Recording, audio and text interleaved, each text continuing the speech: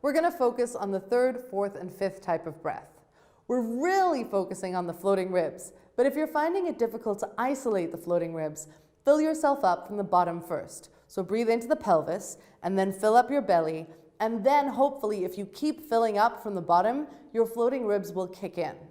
Your floating ribs are your magic secret weapon. These are what take that stage fright and harness it and turn it into beautiful, strong, powerful energy. So if you can separate the floating ribs and really work those muscles, that is the best thing to do. Now it's called the fricative breath because we're going to breathe out on a fricative. We're going to use the letter F because it is the most natural fricative in the mouth. And when I say fricative, I mean a consonant that creates friction, like th or z or f. You make the F by bringing the bottom lip up to touch the top teeth, like that. So we're going to breathe in for 4 counts until we are absolutely full. So if it takes more than 4 counts to fill yourself up, do your best to breathe in a little bit faster so that by the time we've finished counting to 4, you are completely full. Then we're going to hold our breath for 2 counts.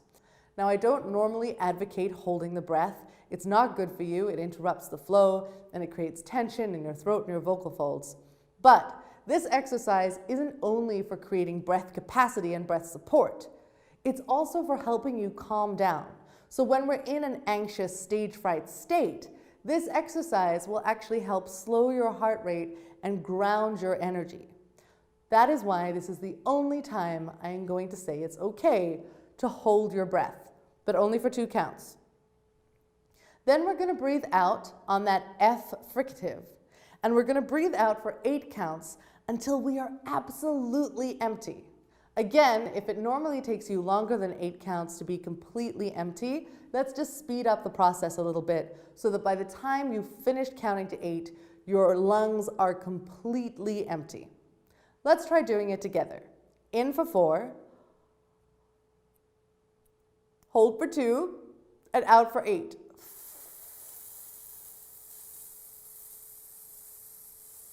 All the way out until you're completely empty.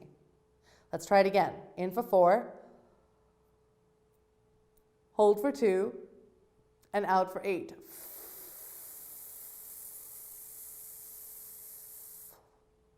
You'll notice that my shoulders and my fixed ribs aren't moving all that much. I'm doing my best to fill my floating ribs the most and my belly and my pelvis if I need them. So watch my shoulders while I do the next one. In for 4, hold for 2, and out for 8.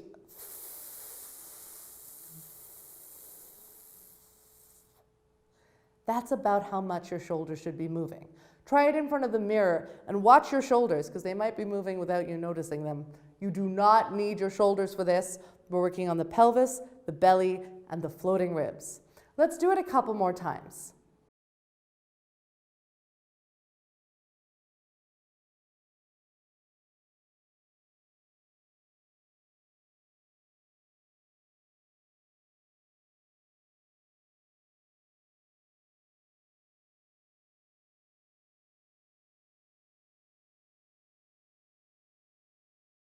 So instead of pulling the air in, instead think about opening up and creating space and allowing the breath to come in naturally. This fricative breath is fantastic for really working those breathing muscles. It builds your breath capacity and allows for more strength and support and clarity and power in your voice. This is what's going to help you really harness that stage fright and turn it into power. It also helps you come down from a high anxiety state. So if you do get really nervous before you speak, if you practice this exercise, you'll notice that it helps slow down your heart rate and bring your energy from up here down into the lower part of your body so that we're speaking and breathing and living in a more grounded place.